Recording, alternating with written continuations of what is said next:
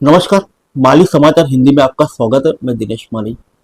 टायरों के घिसने से निकलता है माइक्रोप्लास्टिक, सेहत के लिए 4 गुना अधिक हानिकारक।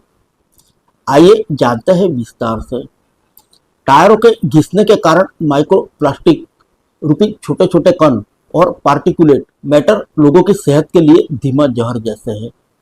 इंपीरियल कॉलेज ऑफ लंदन के transition to zero pollution initiative के शोधकर्ताओं ने कहा कि दुनिया भर में हर साल 60 लाख टन टायरों के घिसने के कारण अत्यंत लघु आकार के छोटे कण निकलते हैं, जो न सिर्फ पर्यावरण को प्रदूषित करते हैं बल्कि जिस हवा में हम सांस लेते हैं उसमें भी यह कण समाये होते हैं। सड़कों पर बहता पानी जल मार्गों के जरिए जलाशय और खेतों में जाता है, इसलिए यह कृषि पर भी बुरा प्रभाव डालते हैं। भले ही हमारे सभी वाहन आगे चलकर जीवाश्म ईंधन के बजाय बिजली द्वारा ही क्यों न संचालित हो, फिर भी टायरों के घिसने के कारण इसके द्वारा उत्सर्जित हानिकारक प्रदूषण वातावरण में घुलता मिलता रहेगा। इलेक्ट्रिक वाहन के डीकार्बोनाइज परिवहन के लिए निश्चित रूप से एक महत्वपूर्ण कदम है, लेकिन हमें बड़ी तस्वीर को भी देखने की जरूरत है।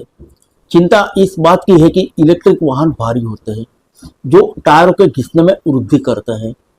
टायरों के घिसने से निकलने वाले कण टायर टूटने, टायर रबर के दिखाई देने वाले टुकड़ों से लेकर नैनो कण तक कई प्रकार के कण छोड़ते हैं।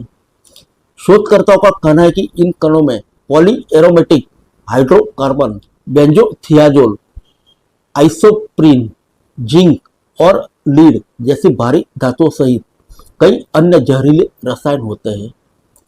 इंपीरियल कॉलेज के डिपार्टमेंट ऑफ लाइफ साइंसेज के प्रमुख शोधकर्ता डॉक्टर विल पियर्स के अनुसार टायर का कचरा स्वाभाविक रूप से नष्ट नहीं होता है और यह धीरे धीरे पर्यावरण में घुल मिलकर अन्य प्रदूषणों के साथ साथ जैविक जीवों पर भी विपरीत प्रभाव डालता है।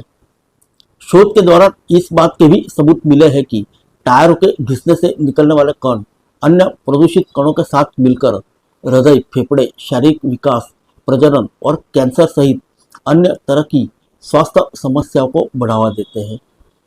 वर्तमान में टायर के घिसने के स्तर और उसकी विषाक्तता को मापने का कोई मानकीकृत तरीका नहीं है, इसलिए यह प्रदूषण धीरे धीरे भयावह रूप धारण करता जा रहा है। एक तरह से इसे एक अदृश्य दुश्मन की संज्ञा दी जा सकती है।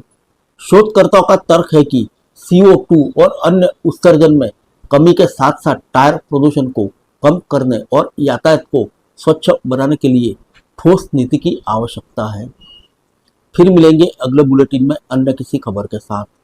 तब तक के लिए इजाजत दीजिए। नमस्कार।